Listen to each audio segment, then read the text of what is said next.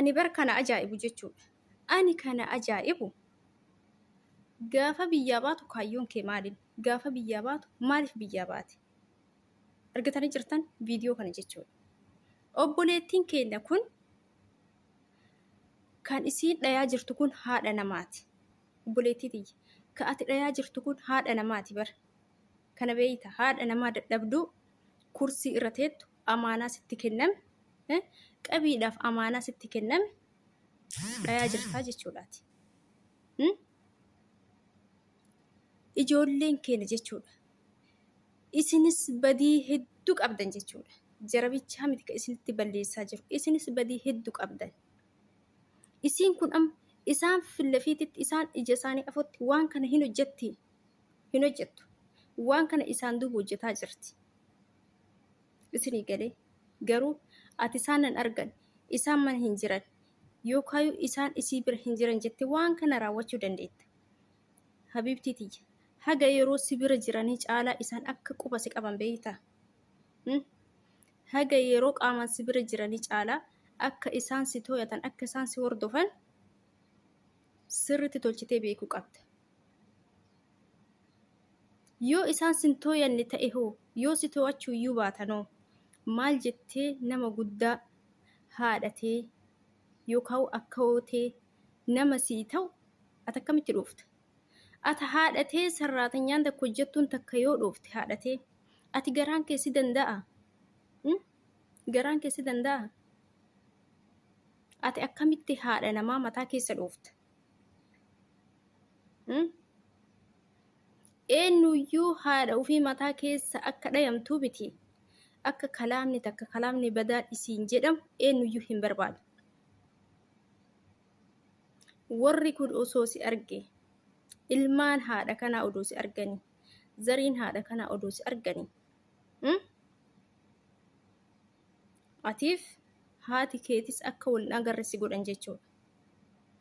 Ijoolleen keenya waan hojjettan irratti naamusa qabaadhaa. Naamusa hin badinaa. Kan isin godhaa jiru quufa. Ati amma quufa jirta habiibtii tiyya. Akkanatti uffata barbaaddu maraxxeetu uffattee maasha Allah qaama akkanaatu baattee sittuu toleeyyuu jaartii kana mataa keessa dhayaa jirta jechuudha. Ati bar kadhayamuu qabu si'ii malee kadhayamuu qabu haadha kanaa miti. Ijoolleen keenya miskiinni biyyarraa dhufan bar waan nyaatan dhabanii bishaan kokkeen jiifatan dhabanii reebamanii tumamanii jiraachaa jiru bar. Reebamanii ati reebdee mana namaa keessa jiraachuu miti. Ijoolleen keenya bar reebamaniitu jiraataan jirani mana namaa kana keessa jechuudha. Si laalaniiti si'ii waan warra akkanaa hojjetu kan hin laalaniiti. Warroonni miidhaa geessaa jiran ijoollee keenya irratti jechuudha. Warra akkasii kana arganiiti isaan. Wanni ati hadha atiin takkattiin hojjette tun ati nama tokkoo mi'am. Wanni atiin takkattiin badiin atiin takkattiin hojjette kun jechuudha. Itoophiyaan hundi akka hojjetutti isaaniif Itoophiyaan hundi waan kana akka hojjetutti fudhatan. Ati takkatti hojjettan jedhan isaan. Sii galee gaafa sanarraa shakkiin maaliin jaartiin tun odoo ofii isiitiinuu karaa rabbii deemte odooti mana san keessa jirtu. Itti gaafatamaan si ta'uu beeyta. Ati yoona kanaan duraayyuu waa hedduu hojjettee jirta jaartii kanarratti. Isaanis waa hedduu osii kaayanii jiran. Ragaa hedduu osii kaayanii jiran. Yookaan haga jaartii kana lubbuun isii bahuuf si eegaa jiran. Kana hin dagatin. Ijoolleen keenya isaanan argan jettanii ijoollee isaanii qunxuuxuu. Ijoollee isaanii kabaluu. Nama guddaa nama dhukkubsataa mana keessa jiru. Yookaan nama dubbachuu hin dandeenye daddarbuu irraa of eeggadhaa. Siin taaneemi manni sun siin taane yoo ta'e nan gubadhee mi jette osoo gubattee atoo qaama akkanaa baattee hin deemtu. Osoo gubattee atoo kanatti zannattu habiibtiiti. Osoo gubattee gubanni kee qaama keetirraa hin beeksisa. Alhamdulillahi jedhe. Sii galee hedduutu jira miskiinni ijoollee keenyaa kan coraan isaanii irraa dhumee lafetti bayan. Maaltu si gube? Eega gubattee eega hojiin mana sanii sitti hin tolle ta'e bayii deemi mana sanii. Bayii gara biyya keetii gali nagaan yookaan bayii bakka biraa deemi. Ijoolleen keenya mana namaa keessa gola namaa keessa teettanii waan hin taane hin dalagina. waan hin taane dalaydanii viidiyoo gadi dhiisaa jarri argaa miskiinan ijoollee biyyarraa dhufte maatii kiyya jijjiiraa uf jijjiiraaf maatii waan qabdu gurgursiiftee dhufte asitti dararamaa jirtu. Isaan waan akkanaa kana arganii ijoollee kenna hafuura baafachuu dhoorgaa jiran, hirriba dhoorgaa jiran. Isinii galee waan ati goote kana osoo arabni biyya tokko arge biyyatti keessa jirtuyyuu miti. Akka waan haadha isaatitti akka waan zariin isaa haati isaa tuqamteetitti akka laallu beektaa. Sababa kanaaf Itoophiyaan waan akkanaa hojjetti namaaf hin naatu. Jarri gara jabeeyyiidha. Gaafa san jedhaniiti ijoollee keenyarra dhiibbaa geessu jechuudha. Tooyannaatti jabeessu jechuudha. Eegumsatti jabeessu jechuudha. Itoophiyaan bara waan akkanaa hojjetti. Sirritti eegi sarraatanyas bira jirtu san waliin jedhan jechuudha. Si fakkeenya godhatan jechuudha isaan. Waan gaarii hojjedhuti fakkeenya ta'e malee wannati waan kana hojjettuuf maali?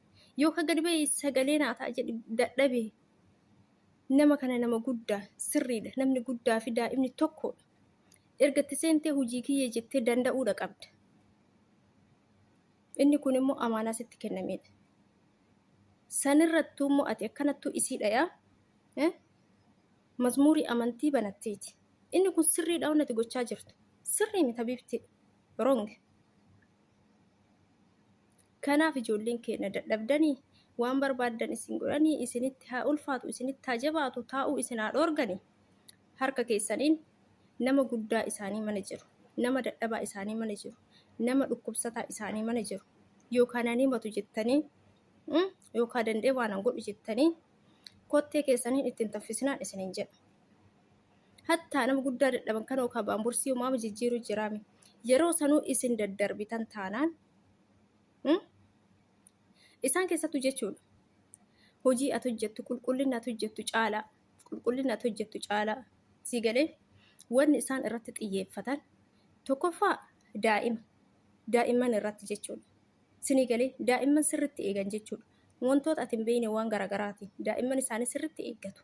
Manaa jiraatanii manaa jiraachuu baatanii daa'imman isaanii irratti sirritti si hordofu. Lammaffaa nama guddaa nama dhukkubsatee mana jiru nama ofii isaatiin mana fincaanii deemuu hin dandeenye nama ofii isaatiin socho'uu hin dandeenye. Ati nama san gargaartu yoo ta'e ati gargaartuu nama sanii yoo taate nama san irratti sirritti si hordofu jechuudha. Sirritti si hordofu ganama galgal sakandi jechuudha. Hifattee akka tasee achi daddarbitu fa'aa si eegu jechuudha. Wanni si eeganiin immoo qaama si bira dhaabataniiti miti atuu beeyta sirritti. Sii galee obboleeyyan kiyya. Kanaaf of eeggannoo godhaa. Naamusa qabaadhaa. Naamusa qabaadhaa. Ijoolleen keenya biyyarraa dhuftan haarufti jechuudha. Wannan isinidhaan obsa horadhaa. Waanuma qulqulleessiti gizee lamaa sadii irra deebitee si qulqulleessisiiftee inshaa Allah jedhi malee hin jedhin. Yoo san sii laafaa deemti. Sii galee kanaaf obboleeyyan kiyya jechuudha. Maaliif jennaan gaafa biyyaa baatan waa hedduu akkasiin mudatu beekuu qabdan. Sinii galee yoo isin yaamte sagalee odoo hojii hojjetaa jirtan isin dadhabdan hojii sanarra dadhabdan yookaan miira keessa galtanii sagalee aariitiin jalaa hin awwaatinaa. Bakka sagalee bakka bareedaa wayitiin jalaa na'am jedhaa malee gaafa san isinii laafaa deemti. Yoo isin kana godhi jettee dalagaattu isinitti tarreessite jechuudha si yaamte. Duyda ittiin kenninaa. Duyda itti kennitanii hifattanii biraan deeminaa. Inshaa Allah jedhaani. Gaafa san isinirraa laafaa deemti. Kanaaf obsa horataa deemaa obboleeyyan kiyya wannaan isiniin jedhu jechuudha. Kanaafi akkuma argitan hin dalaginaa mana namaa keessatti naamusa qabaadhaa. Gola namaa keessa ka jirtan naamusa qabaadhaan isiniin jedha obboleeyyan kiyya. Isaan isinitti aga dubbatanii hin eeginaa. Ofii keessanii of kabajaan isiniin jedha. Kanaafi yeroo baay'ee jechuudha waan badaa hojjechuun kun ijoollee keenyaaf sirrii miti. Obboleeyyan keessaniif yaaduu qabdan. Warri isinitti tolee bootaan isinitti tolee waan akkanaa hojjettan obboleeyyan keessan miskiinomaan beeyneef yaada. Warra ganaa biyyarraa dhufan warra afaan beekee mormachuu hin dandeenye. Kanaan isiniin jedha. Wannan isinidhaan kanuma naamusa qabaadhaa waanuma hundarraa isiniin jedha obboleeyyan kiyya.